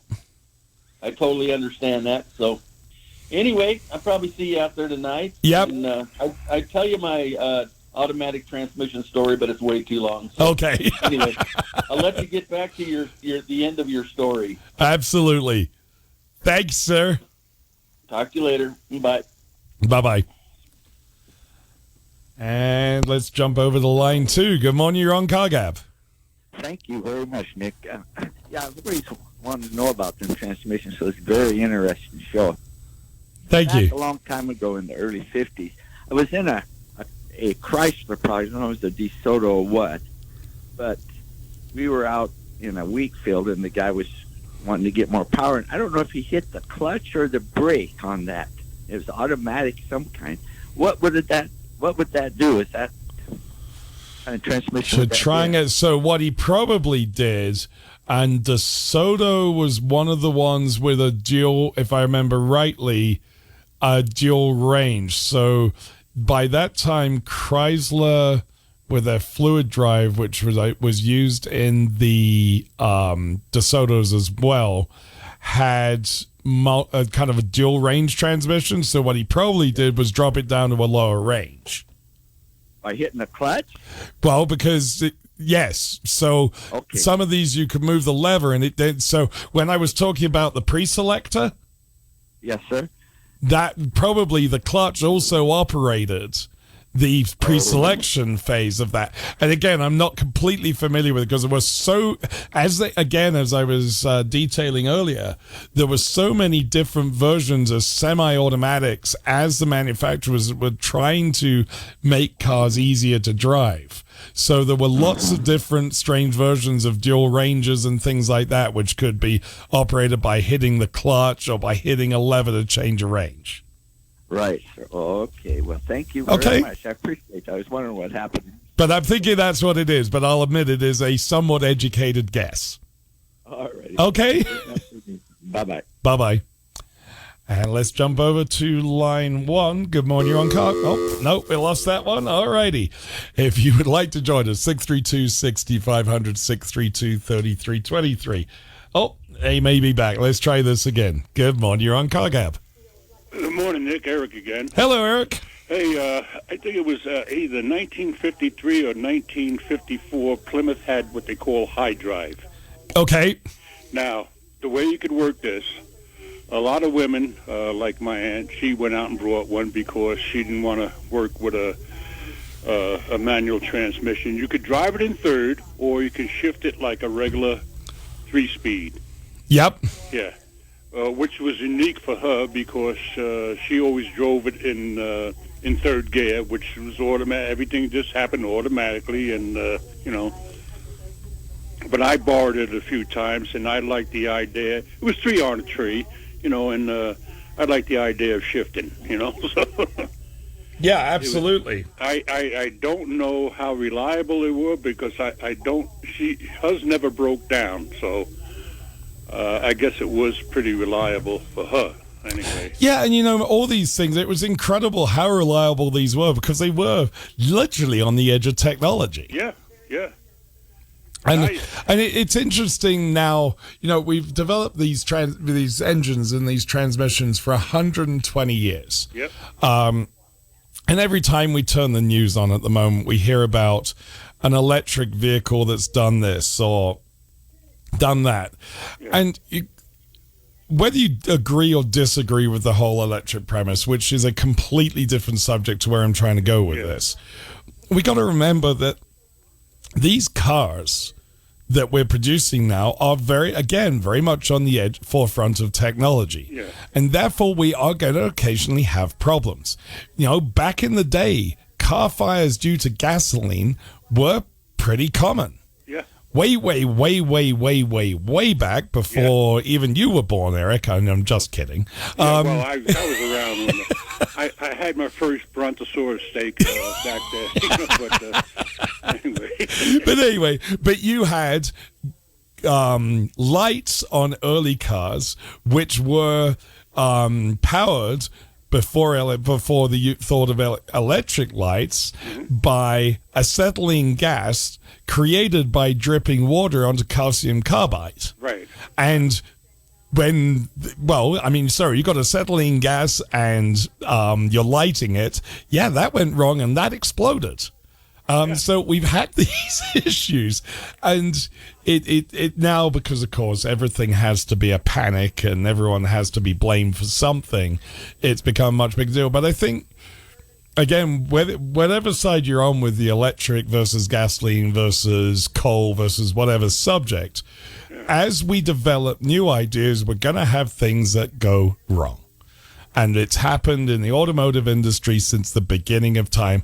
And again, removing the political aspect of it, which I desperately try to do so often when I'm trying to think clearly on these things, we have to accept that when we're starting to push that envelope, we're going to have problems. Yeah. I mean, let's go back to the airship, before we realized helium was just almost as good as hydrogen, we had airships blowing up. Yep. That's for sure. And we were the major supply of helium. And this is why the Hindenburg got... Exactly. That was exactly what I was thinking about. But the Hindenburg created the need for helium, which created the need...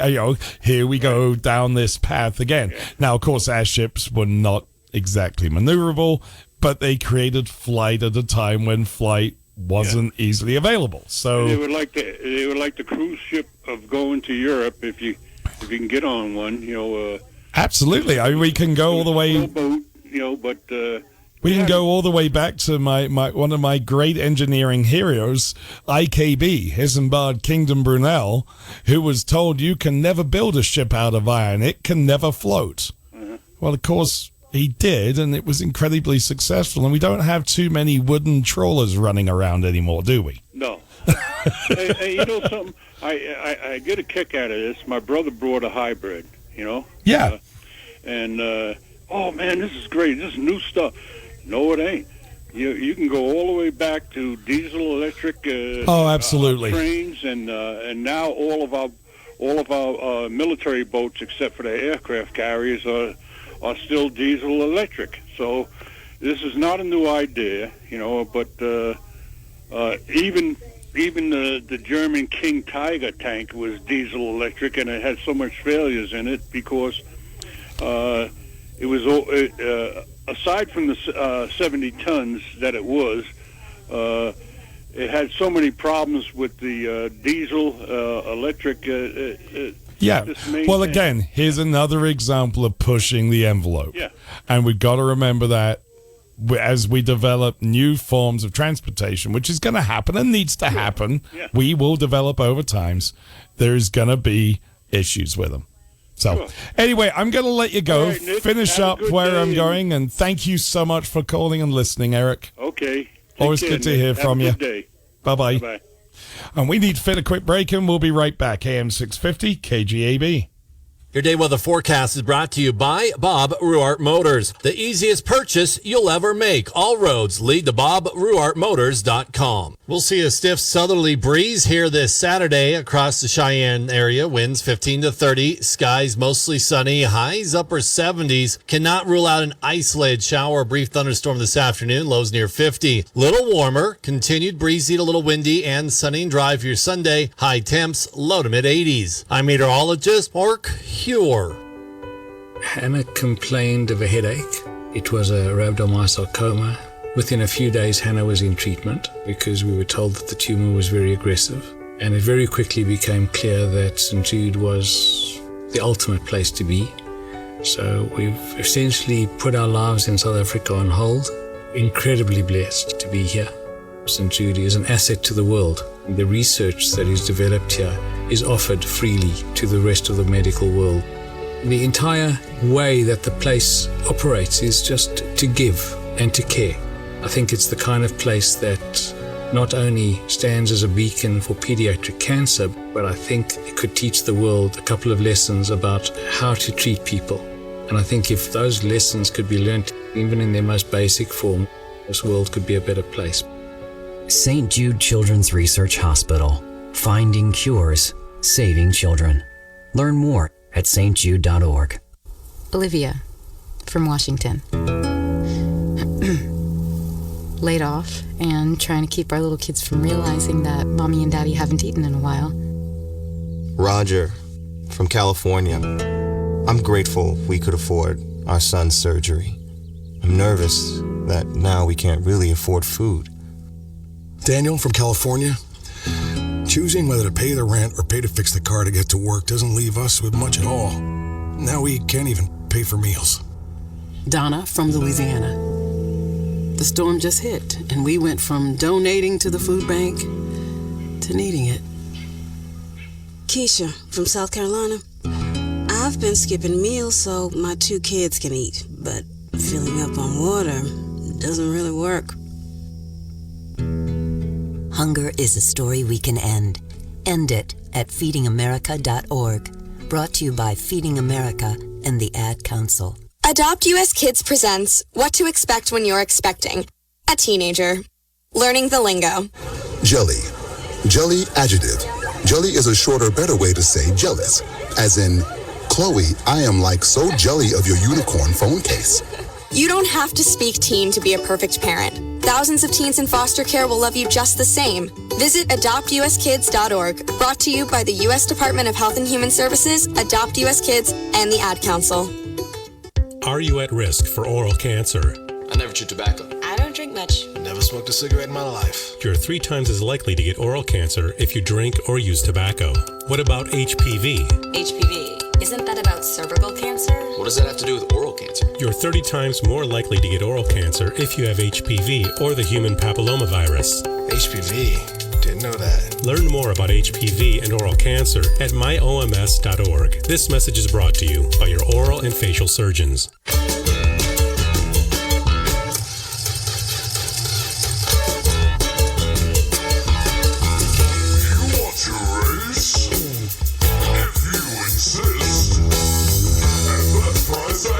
Resist. Showdown, you bet. And I haven't even saddled my pony yet. Have mercy, Miss Percy, I done put the coon tune on this bed.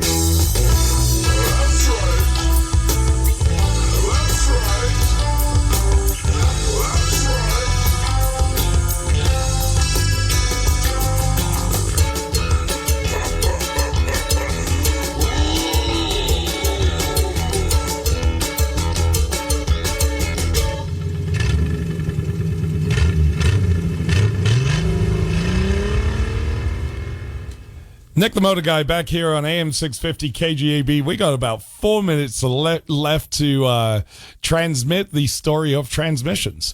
So we've gone through the standard transmissions. We've gone through all the automatics. We are now to 8-speed and 10-speed, fully electronically controlled transmissions. We have CVT transmissions, which, as I said, are a metal link belt between two cones. The 8-speed and 10-speed, everything, again, it's all fixated on trying to control emissions and all those things. And with those transmissions, these new transmissions, it keeps that engine at that perfect RPM point. For those of us that still actually love to drive, yeah, they're pretty awful. One of the things that I didn't touch on are dual clutch transmissions, or DCTs.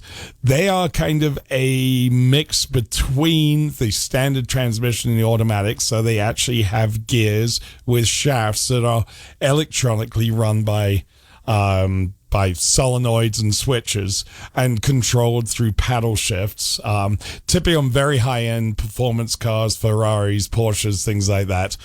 Those are done with performance in mind. They couldn't give a monkeys about emissions. This is absolute ultimate performance. It can also help with the incredibly powerful engines that some of these vehicles have. And we're talking, well, the new Mustang GT500, 700 horsepower. It is using a dual clutch transmission simply because the manufacturer does not feel that 99% of us who might drive this vehicle are actually capable of shifting a manual transmission successfully to control that power. So DCTs come into vogue there. We'll just leave those alone a little bit because they really are in the sort of $100,000 plus cars, track cars, ultimate performance cars. Go back to the automatics. Those are with us to stay while the internal combustion survives. As I said earlier, when we first started, steam engines and electric motors don't need transmissions because their torque point can be increased. It is widespread, unlike a gasoline engine where it is very narrow. That is the reason for a transmission. For now, I'll leave you with this idea. If you remember when I first talked about this, way back 2 hours ago, our transmissions were 2 pulleys and a leather belt. I believe, in what I unfortunately believe is the waning days of the internal combustion engine, standard transmissions will be a thing of the past. DCT transmissions we'll ignore because they're only in the ultimate high-powered Ferraris, Lamborghinis, blah, blah, blah. Automatic transmissions, planetary gear automatic transmissions as we know them, will be gone. Again, remembering, we started with 2 pulleys and a leather belt. What we'll be left with in our last gasoline-powered cars will be a CVT. And what's a CVT? It's 2 pulleys connected by a metal belt. So we have achieved 100 years and achieved absolutely nothing. We've gone back to where we started. And with that revelation, I will leave you this week. Everybody have a wonderful weekend. Remember, Cheyenne Arts Festival is going on at Lions Park. Patty Fiasco is playing tonight. The Cubby Hole. Mr. Bird and the Perfect Strangers is playing at 4 o'clock at the Cubby Hole on Haunted Road off Delrange. Go and look at those condos out there. They're awesome. Whatever you do, enjoy Cheyenne, enjoy our community, and come out and cruise tonight on Cheyenne Cruise the Legend. I'll see you there. Take care, everybody. Bye-bye.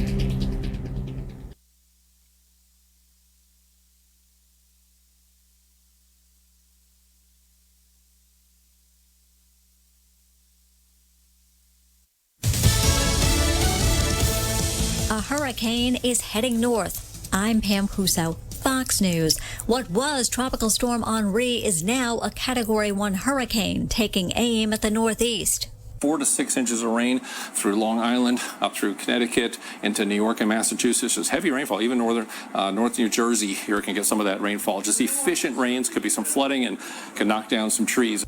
Ken Graham is the director of the National Hurricane Center. Power outages could be widespread. Landfall expected tomorrow. Hurricane Grace hit Mexico's Gulf Shore today as a major Category 3 before weakening, drenching coastal and inland areas. It was the storm's second landfall in the country in 2 days.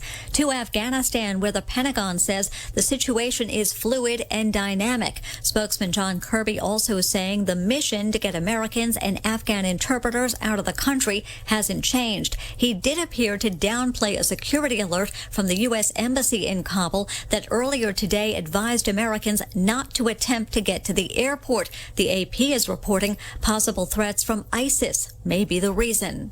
What you're seeing out of our State Department colleagues, I think, is a prudent notification to make sure that whatever movement there is to the gates from outside the airport is done as safely as possible, and that people have the information they need.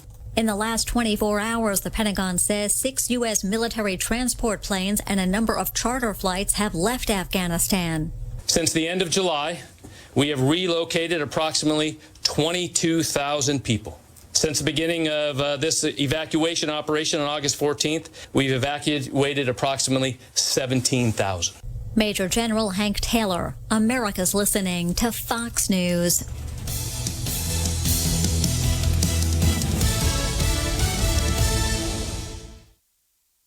Hey, it's Brett Larson, inviting you to download and listen to the new daily Fox on Tech podcast. There's part of a colorful late 90s iMac on Mars. It's an idea that seems a lot like Kickstarter, called Build It. This isn't the first time we've heard about North Korea hackers trying to get a leg up on COVID-19, a range that was used for satellite TV service in the 70s. Get the latest trends in technology, cybersecurity alerts, and gadget news daily. Subscribe and listen now by going to foxnewspodcast.com or wherever you get your podcasts. Connect to Fox News Audio on the Fox News app. Listen to hear your favorite hosts like Brian Kilmeade, Jimmy Fallon, and Guy Benson standing up for what's right, live and via podcast. Just click listen, then swipe right and hear the latest news updates on your time. And scroll down to hear the latest podcasts from Fox News. And it's even easier to listen in the car with Apple CarPlay and Android Auto. Get programming alerts and notifications. Fox News Audio is on the Fox News app. The voices America trusts. Download it now. As the coronavirus pandemic wears on, there's growing debate over mask mandates at schools, and in some cases, people are getting creative to skirt the rules. Parents want to keep your kids from wearing masks when they return to school? How about the pastor of a California megachurch who's offering religious exemptions for those morally opposed to vaccinations? Or there's the Louisiana Attorney General who posted sample letters on his Facebook page for anyone looking for a way around the governor's mask rules. Oregon Governor Kate Brown's appalled by Mark Thielman, the superintendent of the Alsea Oregon School District's suggestion that parents cite federal disability laws to get their kid an exemption. Brown says he's instructing students to lie. Thielman says the majority of his parents are skeptical and are no longer believing what they're told about COVID-19. Dr. Peter Chin Hong, an infectious disease specialist at the University of California, warns that such stratagems will sow confusion about masks and vaccinations. Karen McHugh, Fox News. Thousands of people in France are again protesting the COVID-19 health pass. It's required to gain access to restaurants, sporting events, and tourist attractions. Despite the demonstrations, polls have shown the majority of French people support the health pass. The situation in Haiti is dire and desperate as homeless and hungry earthquake victims wait for relief. The catastrophe has one social media giant stepping up. Facebook says it will match up to $500,000 in donations made on its site to the United Nations Children's Fund to help Haiti with recovery efforts following a devastating 7.2 magnitude earthquake. The humanitarian agency posts after COVID-19 school closures, children in Haiti were excited to get back in the classroom. Then the earthquake struck.